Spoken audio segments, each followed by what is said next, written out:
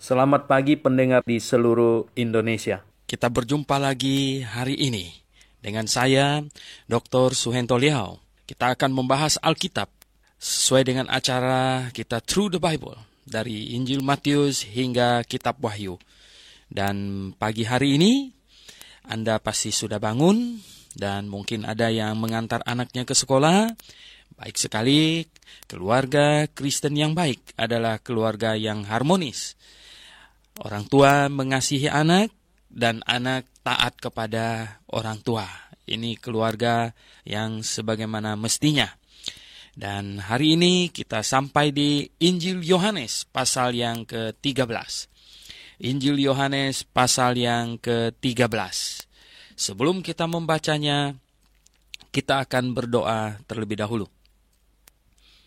Bapa di sorga, kami syukurkan kepadamu Tuhan atas firman-Mu yang dicatatkan bagi kami. Dan tentu Engkau mencatatkannya agar kami membacanya, mempelajarinya. Dan hari ini kami mau melakukannya. Dan kami akan melakukannya pada Injil Yohanes pasal yang ke-13. Mohon pimpinan-Mu, mohon berkat-Mu. Kami berdoa dalam nama Tuhan Yesus Kristus. Amin.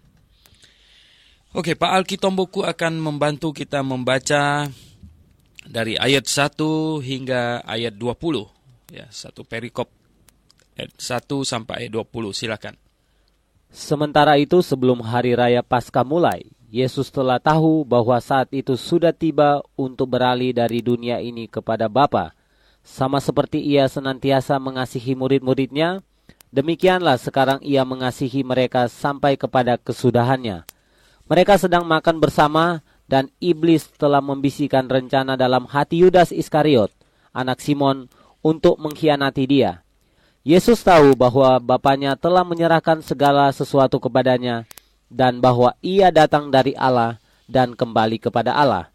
Lalu bangunlah Yesus dan menanggalkan jubahnya. Ia mengambil sehelai kain lenan dan mengikatkannya kepada pinggannya.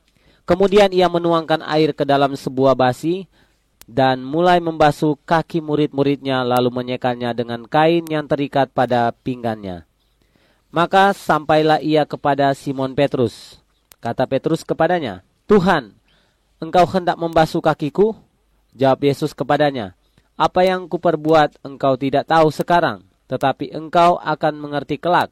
Kata Petrus kepadanya, "Engkau tidak akan membasuh kakiku sampai selama-lamanya." Jawab Yesus, "Jikalau aku tidak membasuh engkau, engkau tidak mendapat bagian dalam aku." Kata Simon Petrus kepadanya, "Tuhan, jangan hanya kakiku saja, tetapi juga tangan dan kepalaku."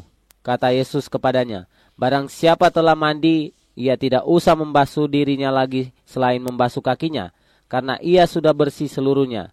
Juga kamu sudah bersih, hanya tidak semua."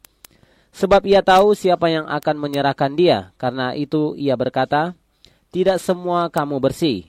Sesudah Ia membasuh kaki mereka, Ia mengenakan pakaiannya dan kembali ke tempatnya. Lalu Ia berkata kepada mereka, "Mengertikah kamu apa yang telah kuperbuat kepadamu? Kamu menyebut aku guru dan Tuhan, dan katamu itu tepat, sebab memang akulah guru dan Tuhan. Jadi jikalau aku membasuh kakimu, aku adalah Tuhan dan gurumu, maka kamu pun wajib saling membasuh kakimu. Sebab aku telah memberikan suatu teladan kepada kamu, supaya kamu juga berbuat sama seperti yang telah kuperbuat kepadamu. Aku berkata kepadamu, sesungguhnya seorang hamba tidak lebih tinggi daripada tuannya, ataupun seorang utusan daripada dia yang mengutusnya. Jikalau kamu tahu semua ini, maka berbahagialah kamu jika kamu melakukannya. Bukan tentang kamu semua aku berkata, tetapi aku tahu siapa yang telah kupilih. Tetapi haruslah genap nas ini, orang yang makan rotiku telah mengangkat tumitnya terhadap aku. Aku mengatakannya kepada kamu sekarang juga sebelum hal itu terjadi, supaya jika hal itu terjadi, kamu percaya bahwa akulah Dia. Aku berkata kepada kamu, sesungguhnya barang siapa menerima orang yang kuutus, ia menerima aku. Dan barang siapa menerima aku, ia menerima Dia yang mengutus aku. Oke, pendengar yang saya kasih dalam Yesus Kristus. Injil Yohanes pasal 13 adalah pasal yang sangat indah sekali. Nanti di bagian akhir kita akan melihat ini pasal tentang perintah baru.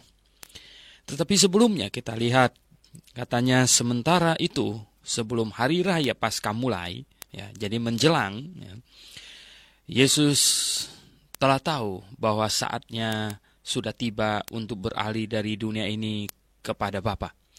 Jadi saatnya dia meninggalkan dunia ini. Dia tahu saatnya dia datang, dia lahir, dan dia tahu saatnya dia kembali ke surga. Yang sama seperti ia senantiasa mengasihi murid-muridnya, demikianlah sekarang ia mengasihi mereka sampai kepada kesudahannya. Tuhan tidak melakukan sesuatu dengan kepalang tanggung. Apa yang dimulainya diselesaikannya dengan baik. Sejak awal dia mengasihi murid-muridnya, dia mengasihi mereka sampai kepada kesudahannya. Tentu Yesus Kristus juga mengasihi Yudas. Tetapi Yudas membawa dirinya tidak patut, tidak layak untuk dikasihi. Ya, hari ini juga siapapun Anda, Tuhan Yesus mengasihi Anda. Siapapun Anda, seberapapun besarnya dosa Anda, Tuhan Yesus mengasihi Anda. Ketahuilah, Ia datang justru karena dosa Anda. Karena dosa Anda tidak dapat diselesaikan dengan amal ibadah atau perbuatan manusia. Dosa Anda hanya dapat diselesaikan dengan penghukuman. Itulah sebabnya Dia datang, Dia mau menolong Anda untuk menyelesaikan beban hidup Anda, akibat dosa Anda, yaitu penghukuman. Itulah sebabnya Ia datang untuk dihukumkan di atas kayu salib. Nah, pendengar yang saya kasih dalam Yesus Kristus, Ia mengasihi murid-muridnya sampai pada kesudahannya. Ia mengasihi saya sangat tahu itu. Ia mengasihi Anda juga. Apakah Anda tahu itu? Apakah Anda mau membalasnya? Apakah Anda menerima kasih-Nya? Ini pertanyaan-pertanyaan yang patut Anda renungkan. Kemudian di ayat 2 katanya mereka sedang makan bersama. Dan iblis telah membisikkan rencana dalam hati Yudas Iskariot, anak Simon, untuk mengkhianati dia. Lihat ya, iblis membisikkan ke dalam hati Yudas Iskariot. Ya. Artinya timbul di dalam hatinya yang ditimbulkan oleh iblis. Rencana-rencana busuk, rencana-rencana jahat. Ya. Dan iblis juga yang membisikkan kepada Kain, dari hatinya timbul rencana jahat untuk membunuh Habel, adiknya. Nah, pendengar yang saya kasih dalam Yesus Kristus, banyak orang yang mendengarkan firman Tuhan seperti Yudas Iskariot, tetapi enggak masuk firman itu ke dalam hati mereka, ke dalam pikiran mereka. Tidak masuk, malah marah, malah marah. Saya tertawa dan merasa geli, di mana ada gereja yang katanya mereka doa puasa supaya Tuhan tutup grafe katanya. Saya berkata bahwa bijaksananya mereka itu adalah mereka berdoa dan mohon Tuhan kasih hikmat untuk menilai pengajaran yang benar sama yang salah. Dan bagaimana caranya menilai? Bukan dengan perasaan kita, bukan dengan pengalaman kita, tapi menilai semua pengajaran dengan Alkitab, dengan ayat-ayat Alkitab. Nah, acara Through the Bible ini, program Through the Bible ini adalah sebuah usaha dari kita untuk membahas Alkitab secara sistematis, secara berurut. Kita mau melihat firman Tuhan omong apa kepada kita tanpa bias dari pendapat kita ke dalamnya, tetapi betul-betul kita mau menyimak apa kata firman Tuhan kepada kita. Nah, katanya mereka sedang makan, iblis bisik ke dalam hati Yudas Iskariot sesuatu yang jahat. Nah, pendengar yang saya kasih dalam Yesus Kristus, jikalau di dalam hatimu timbul sesuatu yang jahat, yang jahat, sekali lagi, yang jahat, yang mungkin kemarahan yang tidak terkendali, atau sesuatu yang jahat bahkan ingin mencelakai orang, dan sebagainya. Ketahuilah, itu bukan dari Tuhan. 100% itu bukan dari Tuhan. Itu datangnya dari iblis. Ya. Itu datangnya dari iblis. Nah, Yesus tahu bahwa Bapanya telah menyerahkannya segala sesuatu kepadanya, dan bahwa ia datang dari Allah dan akan kembali kepada Allah. Lalu bangunlah Yesus dan menanggalkan jubahnya. Ia mengambil sehelai kain, katanya. Nah, dia mulai mau membasuh kaki murid-muridnya. Dia membasuh, nggak tahu siapa yang duluan, ya.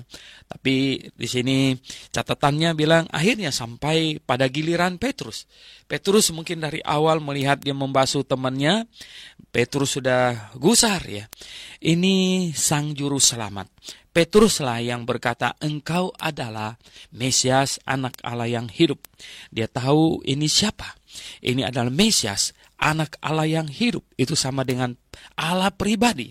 Dan sekarang dia melihat sang pencipta langit dan bumi. Nah, kini dia sedang membawa sebuah basi atau sebuah baskom, ya, dan mencuci kaki mereka. Sehingga Petrus berkata, Tuhan, engkau hendak membasuh kakiku? Jawab Yesus kepadanya, apa yang kuperbuat, ya, engkau tidak tahu sekarang, tetapi engkau akan mengertinya kelak. Kata Petrus kepadanya, engkau tidak akan membasuh kakiku sampai selama-lamanya. Wah, hebat juga Petrus, ya. Jawab Yesus, jikalau aku tidak membasuh engkau, engkau tidak mendapat bagian dalam aku.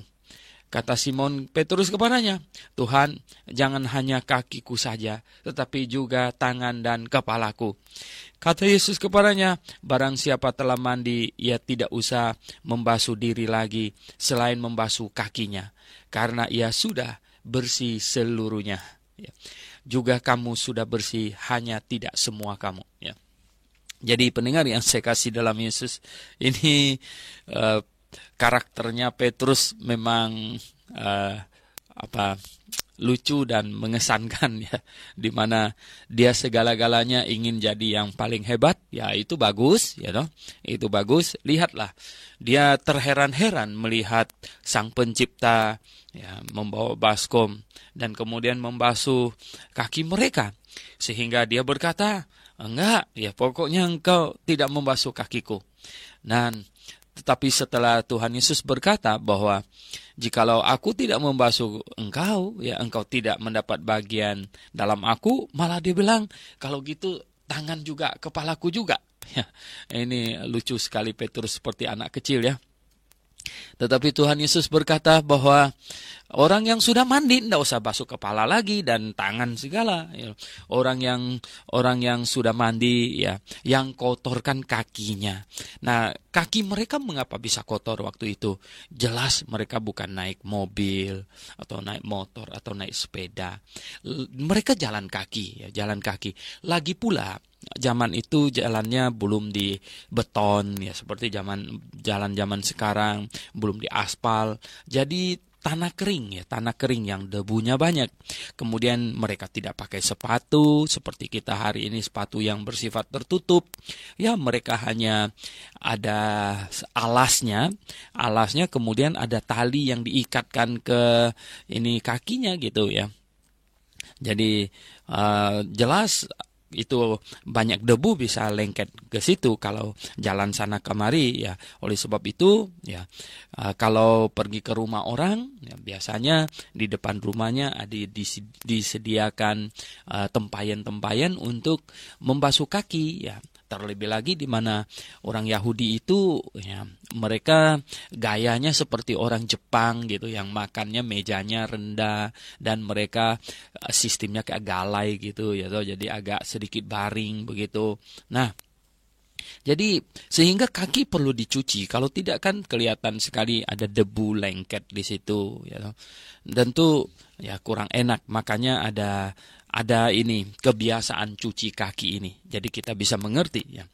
Nah, tetapi kita lihat di sini, ya, Tuhan berkata kepada Petrus, kalau engkau tidak saya cuci, engkau tidak ada bagian dalam aku. Maksudnya, ya, engkau tidak menerima, ya, engkau tidak menerima semua didikanku, ya. Engkau tidak menerima semua didikanku, termasuk salah satu ini, mendidik, memberi contoh ya kepada kalian bagaimana itu rendah hati. Bagaimana itu rendah hati. Jadi membasuh kaki ini adalah sebuah ekspresi kerendahan hati. Nah, apakah gereja zaman sekarang perlu membasuh kaki? Oh, sama sekali tidak, ya, sama sekali tidak. Kita lihat ya, di mana rasul-rasul tidak mempraktekkannya. Tidak tercatat di dalam kisah para rasul bahwa mereka membasuh kaki, ya. Tidak tercatat. Ya. Tidak tercatat di dalam surat-surat juga bahwa diperintahkan untuk membasuh kaki. Mengapa? Nah, pertanyaannya mengapa? Karena membasuh kaki ini adalah ekspresi rendah hati. Sedangkan perjamuan Tuhan itu upacara simbolik. Baptisan dan perjamuan Tuhan itu adalah upacara simbolik yang diperintahkan untuk dilakukan sebagai simbol dari satu kebenaran, ya. Nah, domba dan persembahan domba dan semua upacara simbolik perjanjian lama itu simbolnya ke depan, ya, untuk mensimbolkan sesuatu yang ke depan. Sedangkan baptisan dan perjamuan Tuhan juga upacara simbolik, tetapi simbolnya ke belakang. Jadi penyembelihan domba, ya, dan semua rangkaian ibadah simbolik perjanjian lama itu mensimbolkan sesuatu yang akan datang. Oleh sebab itu ketika yang disimbolkan itu datang, maka selesailah tugas dari upacara simbolik itu. Karena dia mensimbolkan sesuatu yang akan datang, gitu. Nah, sedangkan baptisan dan perjamuan Tuhan itu adalah upacara simbolik, dua saja upacara simbolik ini yang Tuhan perintahkan kepada gereja lokal untuk dilaksanakan sebagai simbol apa yang sudah lewat. Ya, apa yang sudah lewat, untuk supaya mengingatnya kembali apa yang sudah lewat itu. Jadi Anda bisa lihat perbedaan upacara simbolik perjanjian baru dan upacara simbolik perjanjian lama. Upacara simbolik perjanjian lama, ya, itu adalah upacara simbolik yang, ya, menuju ke depan, sedangkan upacara simbolik perjanjian baru adalah yang menuju ke belakang. Nah, sekaligus saya ingin supaya Anda faham ini dengan benar, di dalam upacara simbolik perjanjian lama itu, domba untuk simbol ke depan, kan diperintahkan domba, ya toh, atau dengan lembu atau dengan burung merpati kalau yang miskin sekali. Nah, boleh nggak pakai sayuran? Jelas nggak boleh. Maka itulah ibadah simboliknya Kain tidak diterima, ya. Boleh nggak diganti dengan babi? Jelas tidak boleh, ya. Itu babi tidak menyimbolkan sesuatu yang kudus. Nah, sama di perjanjian baru ini juga. Di perjanjian baru ini upacara simbolik yang mengingat ke belakang. Boleh nggak kalau Tuhan Yesus suruh dibaptiskan itu artinya diselamkan ke dalam air, lalu kita gantikan dengan yang percik gitu. Kita gantikan dengan yang kibar bendera segala macam. Boleh nggak? Oh, itu tidak boleh itu, ya. Itu tidak boleh sama sekali, ya. Nah, boleh nggak itu roti ya. Kita ganti dengan kelapa aja gitu, ya. Isi kelapa yang putih itu, ya. Boleh nggak? Oh, tidak, ya. Tuhan perintahkan pakai roti gitu. Dan boleh nggak anggur itu kita pakai air kelapa aja katanya? Oh, jelas tidak boleh, ya. Nah, pendengar yang saya kasih dalam Yesus Kristus, sama seperti ibadah simbolik masa perjanjian lama, domba ya tidak boleh diganti dengan babi, tidak boleh diganti dengan bayam, dengan apel, ya nggak boleh gitu. Itulah sebabnya kita mesti camkan baik-baik, ya, camkan baik-baik. Nah, mengenai basuh kaki ini bukan ibadah simbolik, ya. Basuh kaki ini adalah ekspresi rendah hati. Nah, ekspresi rendah hati ini pada zaman itu ekspresi rendah hati yang paling tepat adalah membasuh kaki. Karena apa? Karena kaki mereka kotor waktu itu, ya. Kaki mereka kotor, mereka tidak pakai sepatu seperti kita hari ini yang tertutup, ya. Mereka tidak naik mobil, ya. Mereka tidak naik motor atau sepeda, mereka jalan kaki. Dan lagi pula jalan mereka waktu itu tidak di aspal atau di beton seperti sekarang, jalannya tanah gitu. Jadi ekspresi rendah hati yang paling tepat adalah dengan cuci kaki ya. Kalau ada tamu datang, kalau Anda rendah hati, ya udah cepet-cepet cuci kakinya gitu waktu itu. Nah, tapi kalau sekarang ya, masa itu tamunya datang ya tuh pakai mobil, datang kakinya nggak kotor, dia pakai sepatu boot lagi misalnya yang sampai di betis begitu. Masa Anda ya memaksanya dia mesti buka sepatunya, Anda mesti cuci kakinya. Loh, ini apa-apaan ya toh? Nah, jadi ada juga gereja yang nggak ngerti kebenaran ya. Saya katakan itu tidak ngerti kebenaran. Orang buta menuntun orang buta lah gitu ya. Orang buta menuntun orang buta ya. Jadi di gerejanya diadakan upacara cuci kaki. Anda bisa bayangkan ya. Upacara cuci kaki. Jadi malah kaki orang bersih-bersih dicuci bergilir dengan air satu baskom yang sama lagi ya toh. Sebenarnya itu makin dicuci makin kotor itu ya. Jadi pendengar yang saya kasih dalam Yesus Kristus, Tuhan tidak suruh kita demikian. Tidak suruh kita demikian. Itulah sebabnya di dalam Kisah Para Rasul kita tidak membaca murid-murid cuci kaki. Itulah sebabnya kita di dalam surat-surat para rasul mereka tidak menegaskan kembali tentang masalah cuci kaki. Ya, tidak. Mengapa? Karena ekspresi rendah hati ya itu bisa diekspresikan dengan cara yang berbeda-beda. Tetapi upacara simbolik, itu sesuatu yang berbeda ya. Itu harus dilaksanakan dengan ketentuan karena ada yang disimbolkan. Tetapi ini ekspresi rendah hati. Ekspresi rendah hati ya sekarang ada berbagai cara kita bisa ekspresikan bahwa kita rendah hati ya toh. Ya dengan mendengarkan nasihat orang, dengan ini sikap sopan, itu sudah rendah hati ya no. Nah, dengan bersikap rendah hati di jemaat ya. Artinya selalu menganggap orang lain lebih penting. Ini juga suatu sikap rendah hati ya. Ini yang bisa kita ekspresikan ya toh. Nah, mungkin ya toh kalau sekarang ya orang datang ke rumah kita, kita parkirkan mobilnya. Nah, kalau zaman dulu kan nggak ada mobil ya toh. Zaman dulu misalnya ini datang kan kita cuci kakinya. Sekarang kakinya nggak kotor, dia datang pakai mobil ya toh. Nah, kita parkirkan mobilnya gitu. Jadi tukang parkir sebentar gitu. Ini ekspresi rendah hati sebenarnya ya toh. Nah, kemudian dia datang atau mungkin dia sampai di rumah kita, waduh dia punya mobil kempes bannya, kita gantikan bannya gitu, bantu ya toh, ganti baju dengan baju kaos gitu, bilang oke ntar saya gantikan bannya. Ini ekspresi rendah hati yang macam begini. Jadi ekspresi rendah hati bisa berbentuk yang lain.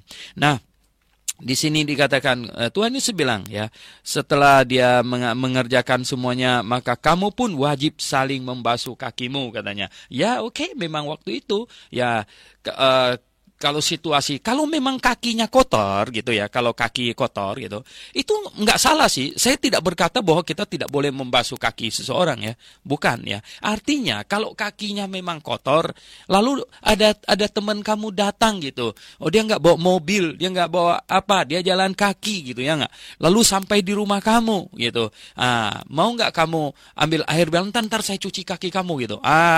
Itu benar gitu. Tetapi ini tidak dijadikan upacara di gereja ya, lalu orang datang dengan necis gitu ya, orang datang dengan sepatu semuanya, lalu upacara cuci kaki gitu, lalu kakinya pun dicuci. Wah, ada yang lebih ini lagi lebih heboh lagi, dicium kakinya gitu. Itu hanya setahun sekali misalnya, atau setahun berapa kali. Itu tidak, itu hanya untuk memperlihatkan kepada orang saja. Itu tidak betul-betul rendah hati, malah di hadapan Tuhan malah bisa muak gitu ya. Karena apa? Itu hanya sekedar upacara, tapi kamu tidak rendah hati sebenarnya. Nah, lihat ya, upacara dengan ekspresi perasaan itu dua hal yang berbeda ya. Kalau betul-betul rendah hati, hatinya betul-betul rendah, jadi terekspresikan keluar, itu dua hal yang berbeda.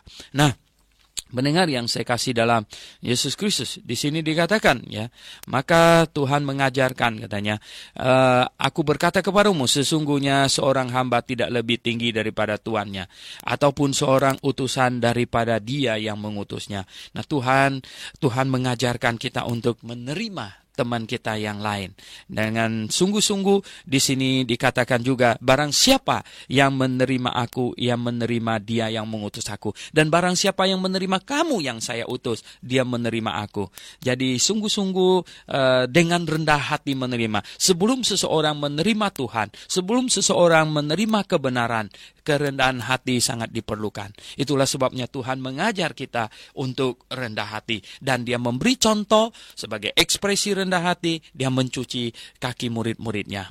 Oke, pendengar yang saya kasih dalam Yesus Kristus, kita kembali lagi, kita lihat ya pengajaran Tuhan yang sungguh luar biasa ya, mengajarkan tentang rendah hati yang sesungguhnya, yang diekspresikan melalui semua tindakan perbuatan kita. Sekali lagi, ekspresi rendah hati, bukan upacara rendah hati. Rendah hati itu bukan sesuatu yang bisa diupacarakan gitu. Rendah hati itu adalah sesuatu yang diekspresikan. Ya, memang harus sudah ada kerendahan hati dulu di dalam diri kita, baru bisa diekspresikan. Oleh sebab itu seharusnya itu ekspresi rendah hati itu adalah sesuatu yang bersifat spontan gitu, spontan ya. Kita lihat misalnya ada seorang teman kamu datang ke rumah kamu ya, tiba-tiba dia keinjak tai anjing gitu ya doh, di depan rumah kamu keinjak tai anjing. Nah, apakah kamu dengan rendah hati menolongnya untuk membersihkannya? Itu ekspresi rendah hati, itu spontan gitu. Tetapi kalau diupacarakan, itu sudah tidak rendah hati kalau diupacarakan ya. Dengan berkata begini, minggu depan gitu, kita acaranya cuci-cuci kaki gitu ya. Tolong dibawa handuk masing-masing gitu. Itu bukan rendah hati ya. Itu upacara rendah hati, tapi bukan ekspresi rendah hati. Nah, jadi dapatkah Anda fahami apa yang Tuhan Yesus maksudkan? Tuhan suruh murid-muridnya untuk saling mencuci kaki, itu bukan diupacarakan. Saling mencuci kaki itu artinya ekspresi spontan ya. Nah, kita lihat di sini katanya setelah Yesus berkata demikian, ya artinya di atas ini masih sambungan dari atas ya, karena ini masih dalam peristiwa yang sama ya. Ia sangat terharu ya, lalu bersaksi, aku berkata kepadamu, sesungguhnya seorang di antara kamu akan menyerahkan aku ya. Tuhan Yesus terharu ya. Mengapa? Ya karena sekalipun ada dinubuatkan ada orang yang akan menjualnya ya, mengkhianatinya, tetapi itu tidak harus Yudas yang menggenapi. Yudas melakukannya karena kehendaknya ya, karena keinginannya sendiri ya. Itu bisa orang lain, karena di situ tidak tertulis nama Yudas. Di dalam Zakaria pasal 11 tidak tertulis nama Yudas. Sama halnya dengan sekarang ini. Sekarang ini kita membaca Alkitab, di dalam Injil Matius pasal 24 ada dinubuatkan bahwa penyesat akan datang dan kemudian akan menyesatkan banyak orang ya, bukan sedikit orang, banyak orang dengan tanda-tanda dan mujizat-mujizat. Di situ dikatakan. Nah, apakah Anda termasuk yang banyak orang yang disesatkan itu? Seharusnya tidak usah masuk ya. Anda tidak harus masuk ke situ ya. Jadi Anda perlu hati-hati ya, tidak perlu masuk ke situ ya. Nah, oleh sebab itu ya, kita lihat ya, ini Yudas keinginannya sendiri ya, dia menyangkal atau menjual Tuhan Yesus ya, mengkhianati gurunya. Nah, kemudian katanya karena Tuhan ngomong begini, murid-murid itu memandang seorang kepada yang lain. Mereka ragu-ragu, nih siapa yang dimaksudkannya katanya. Seorang di antara murid Yesus, yaitu murid yang dikasihinya, bersandar dekat ya kepadanya, yang paling dekat dengannya, yaitu di sebelah kanannya ya, kepada ini yang bersandar dekatnya di sebelah kanannya ya. Jadi berkata ya seorang di antara ya kepada kepada murid itu Simon Petrus ya, memberi isyarat ya, nggak ngomong, kasih isyarat, mungkin pakai dipakai matanya atau pakai tangannya begitu ya. Tanyakan siapa yang maksudkannya gitulah. Nah, murid ini di dalam lukisannya Leonardo da Vinci, dia sebenarnya menggambarkan itu Yohanes ya. Yohanes memang ya, hampir semua teolog menafsirkan itu adalah Yohanes yang menulis Injil ini. Ya, Yohanes yang masih sepupu Tuhan Yesus. Dia adalah murid yang paling muda. Dari diperkirakan pada waktu dia jadi rasul murid Tuhan Yesus ini, dia belum umur 20 malah ya. Jadi dia adalah rasul yang paling muda, dan dia adalah yang paling disayang oleh Tuhan Yesus karena dia si bungsu di antara murid-murid di situ. Tetapi oleh Dan Brown, nah ini manusia celaka ini, Dan Brown ini ya, yang mengarang buku ini ya, The Da Vinci Code itu ya, malah dia memutarbalikkan, dia berkata itu di dalam lukisan Da Vinci ini mengenai perjamuan ini ya, bahwa yang sandar Tuhan Yesus sebelah kanannya itu ya, nah itu katanya adalah Maria Magdalena. Katanya begitu. Nah, pendengar yang saya kasih dalam Tuhan Yesus Kristus, saya berkata bahwa Dan Brown ini manusia celaka. Mengapa ya? Karena dia sembarangan ya. Dan ya, banyak orang yang penasaran telah membeli bukunya, dan sekarang dia menjadi orang yang sangat-sangat kaya ya. Sangat kaya. Berapa puluh ya juta dolar dia meraih dari hasil bukunya ini ya. Jadi dia bisa punya rumah besar, kapal pesiar segala macam dari ya omongan gosip dan cerita isapan jempolnya. Karena apa? Pendengar yang saya kasih dalam Tuhan Yesus, saya memeriksa di Alkitab bahasa asli ya.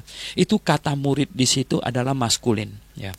Jadi ya, murid yang dikasihinya, yang bersandar dekat kepalanya itu ya, itu dalam bahasa Yunani bentuknya itu maskulin. Maskulin itu artinya laki-laki ya. Laki-laki. Jadi tidak mungkin ya bahwa itu ada perempuan di situ. Karena kata yang dipakai untuk murid-murid juga semuanya di situ adalah maskulin, adalah untuk laki-laki. Tidak ada perempuan di situ gitu. Jadi pendengar yang saya kasih dalam Yesus Kristus, dan Da Vinci pun sebenarnya yang hidup 1452 dia lahir begitu. Dia juga tidak tahu sebenarnya situasi itu bagaimana. Anda pernah melihat itu lukisan tentang murid-murid Tuhan Yesus perjamuan bersama dengan dia ya. Nah, menurut logika ya, mereka itu mengelilingi meja. Menurut akal sehat kita, mereka itu duduk mengelilingi meja, bukan duduk di salah satu sisi meja, semua menghadap kamera gitu. Nggak ada macam begitu ya.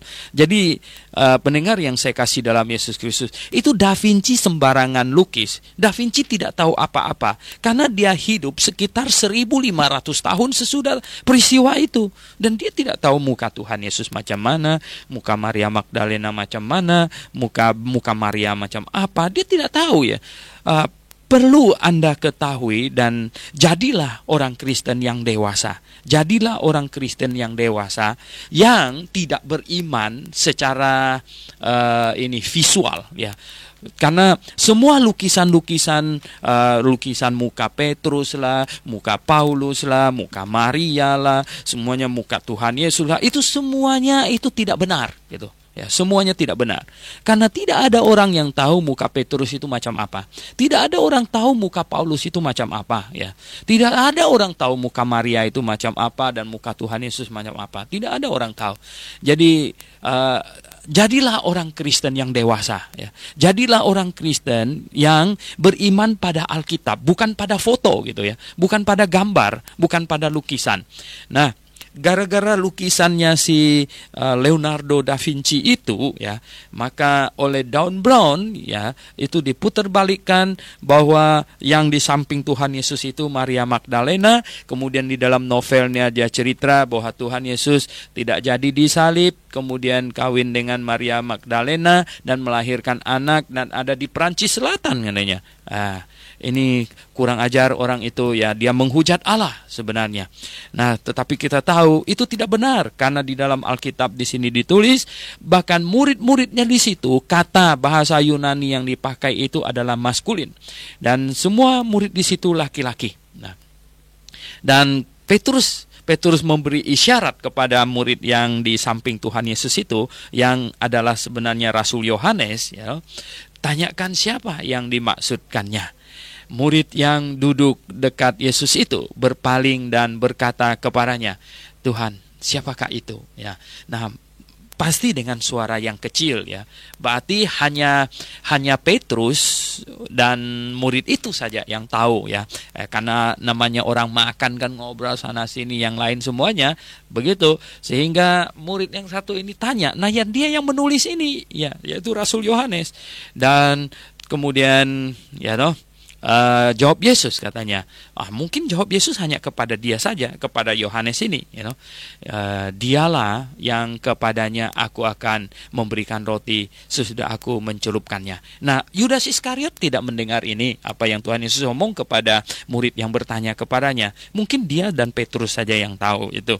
Dan kemudian Tuhan Yesus sesudah berkata demikian, ia mengambil roti, mencelupkannya dan memberikannya kepada Yudas dan anak Simon Iskariot, ya. Dan setelah Yudas menerima roti itu, ya, maka kerasukan iblis.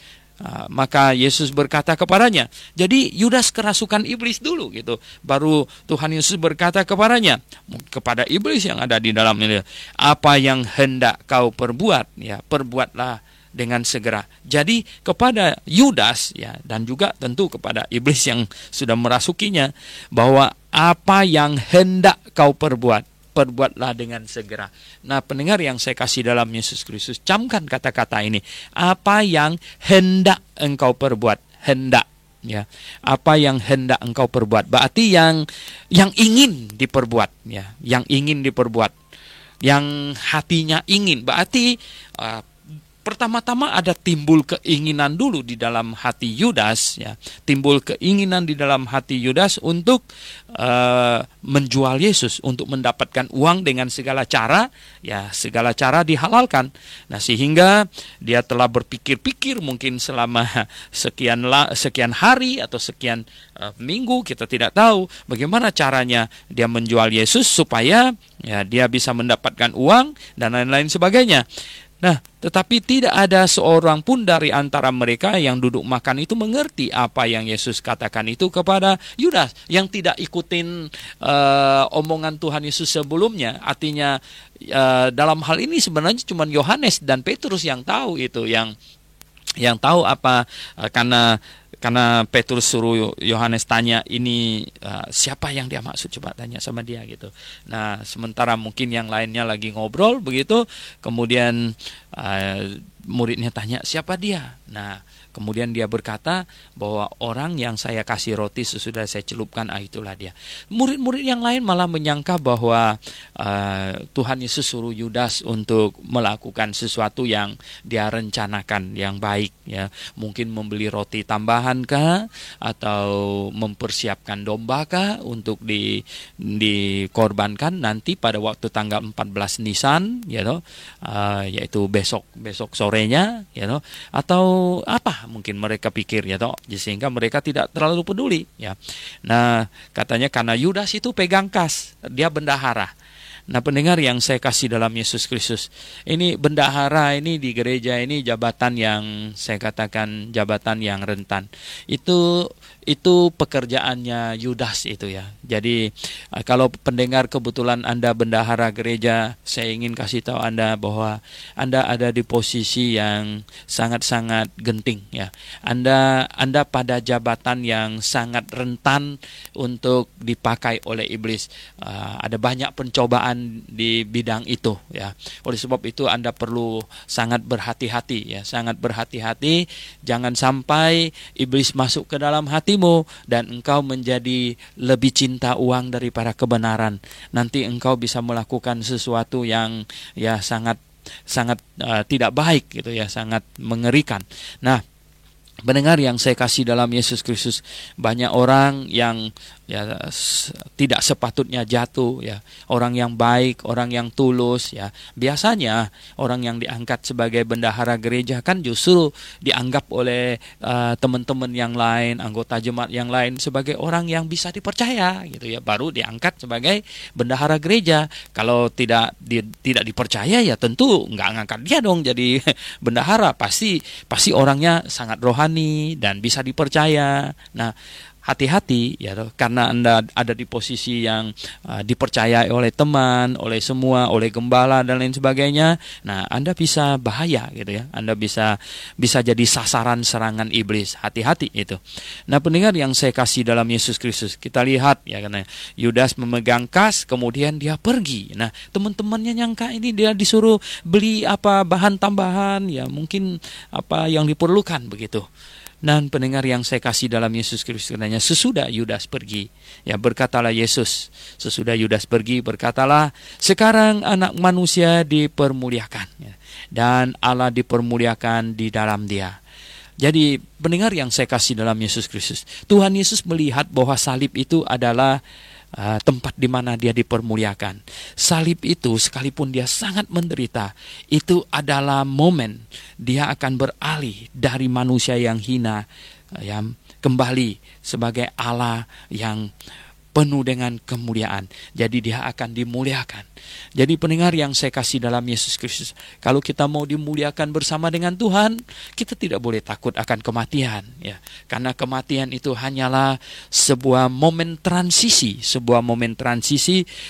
dari dunia yang fana ke surga yang mulia.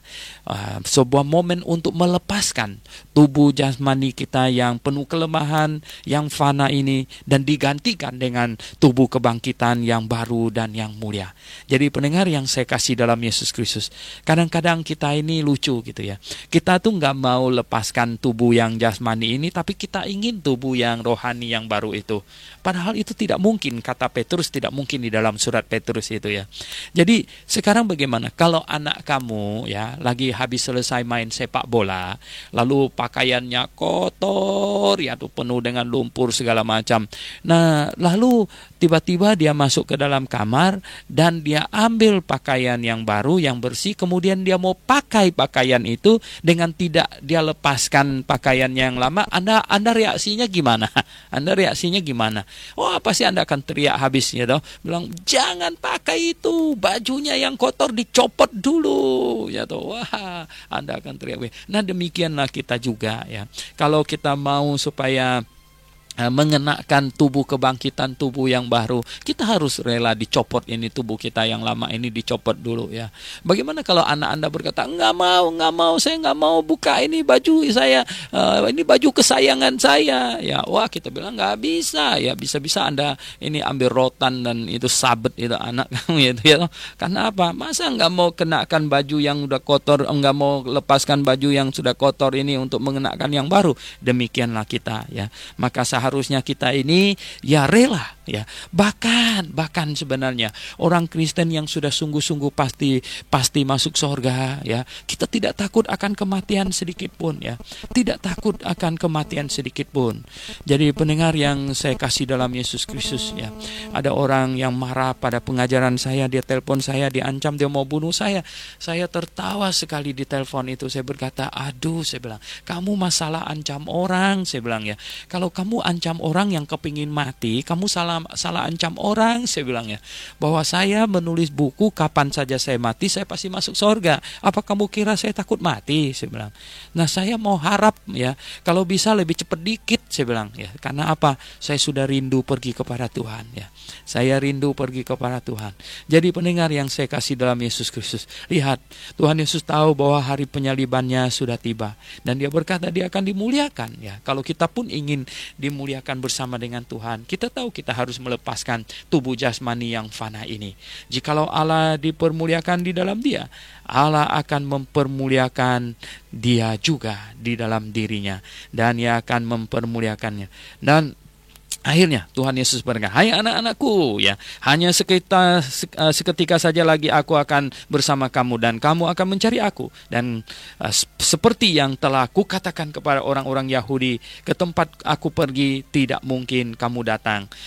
Demikian pula aku mengatakannya sekarang juga kepadamu." Ya, Petrus akhirnya dikasih tahu, sekarang kamu tidak pergi, nanti kamu akan pergi, kata Tuhan nanti di ayat yang berikut itu.